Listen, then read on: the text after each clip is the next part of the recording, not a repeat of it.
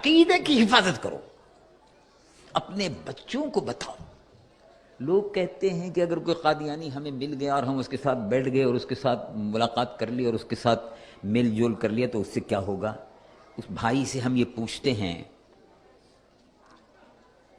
کہ اگر کوئلے کی دکان پر بیٹھ جاؤ تو میرے بھائی میری بہن کوئلے کی کوئلے کی دکان پر کوئلے کی دکان پر کوئلہ کالا ہوتا ہے، اس کا برادہ بھی جھڑتا ہے، تو کوئلے کی دکان پر بیٹھنے سے بھائی کپڑے پہ کالا میل آتا ہے کہ نہیں آتا؟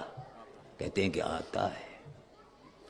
اور کتے کے پاس اگر کوئی بیٹھے گا تو کتے کے منہ میں سے رال ٹپکتی ہے، وہ تھوک لگے گا یا نہیں لگے گا؟ تو ایسی ہی دنیا کے ان کتوں کے پاس اگر بیٹھا جائے گا تو وہ جو رال ٹپکتی ہے اور جگہ جگہ وہ گندگی پھیلاتے ہیں تو گھر بھی گندا ہوگا۔ اگر وہ آئے گا، آپ اپنے گھر میں کتا کیوں نہیں رکھتے؟ ان کا گندا ہو جائے گا۔ برابر سے کیوں نہیں گزرتے؟ یوں کا گندا ہو جائے گا۔ کتا ہے کہیں نہ کہیں چلتے چلتے ٹانگ اٹھا کے پیشاب کر دیتا ہے تو بچنا پڑتا ہے۔ آپ نے دیکھا ہوگا نا، کتا چلتے چلتے کتا ٹانگ اٹھاتا ہے، ٹانگ اٹھا کے پیشاب کر دیتا ہے۔ تو اب آپ جب کتے کو دیکھیں گے تو آپ بچیں گے۔ ایسے ہی جن سے ایمان پر گندگی کے چھینٹے لگے، جن سے ایمان پر گندگی کے چھینٹے لگے، جن سے ایمان صاف ستھرا ہے اس پر کوئلے کے چھینٹے پڑیں، کوئلے کے برادہ پڑے اور کالک لگے، اس کو ایمان کو بچاؤ۔ صاف ستھرا نور محمدی صلی اللہ علیہ وسلم سے بھرا ہوا ایمان ملا ہے، اس ایمان کو صاف ستھرا رکھو، اور رسول اللہ حضور پر نور محمد رسول اللہ صلی اللہ علیہ وسلم کی محبت سے اس ایمان کو اپنے روشن رکھو، اس عقیدے کی حفاظت کرو۔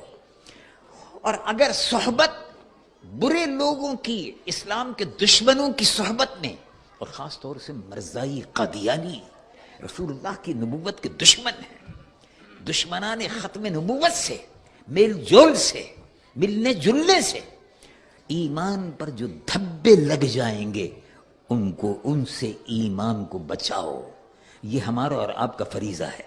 اور ایمان کے بچانے کے لیے تو میرے محترم بھائی صحابہ رضوان اللہ علیہم اجمعین اپنی جانوں کا نذرانہ پیش کر دیتے تھے، ایمان بچا لیتے تھے۔ دیکھو مکہ شریف سے ایمان بچا کر صحابہ مکہ شریف سے ایمان بچا کر لے آئے، جائیداد، مکان، دکان، کاروبار سب مکے میں چھوڑ دیا، سب مدینہ شریف آ گئے۔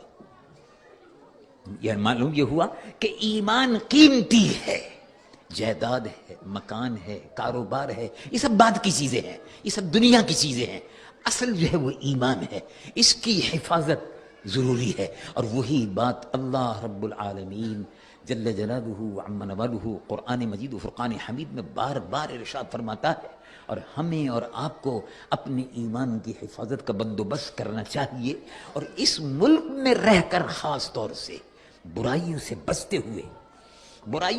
ہوئے ایمان کی حفاظت کرتے ہوئے جب آپ قیامت کے دن حضور کے دربار میں پیش ہوں گے، قبر میں حضور کے سامنے پیش ہوں گے، تو آپ یقین رکھیں کہ جو ایمان کا نور آپ لے کر گئے ہیں، حضور پر نور محمد رسول اللہ صلی اللہ علیہ وسلم کی شفاعت کے آپ حقدار ہوں گے۔ اللہ تبارک و تعالی مجھ گنہگار و سیاہکار کو بھی، آپ کے اور ہمیں سب کو عقیدہ ختم نبوت کی حفاظت کی توفیق و سعادت عطا فرمائے، اور عقیدہ ختم نبوت کے تحفظ کے لیے مسجدوں کی حفاظت، جامعہ کی حفاظت، دارالعلوم کی حفاظت، یہ سب مرکز ہیں، ان سب کی حفاظت یہ بھی ایمان کا حصہ ہے۔ اب ہم کھڑے ہوں اور دربار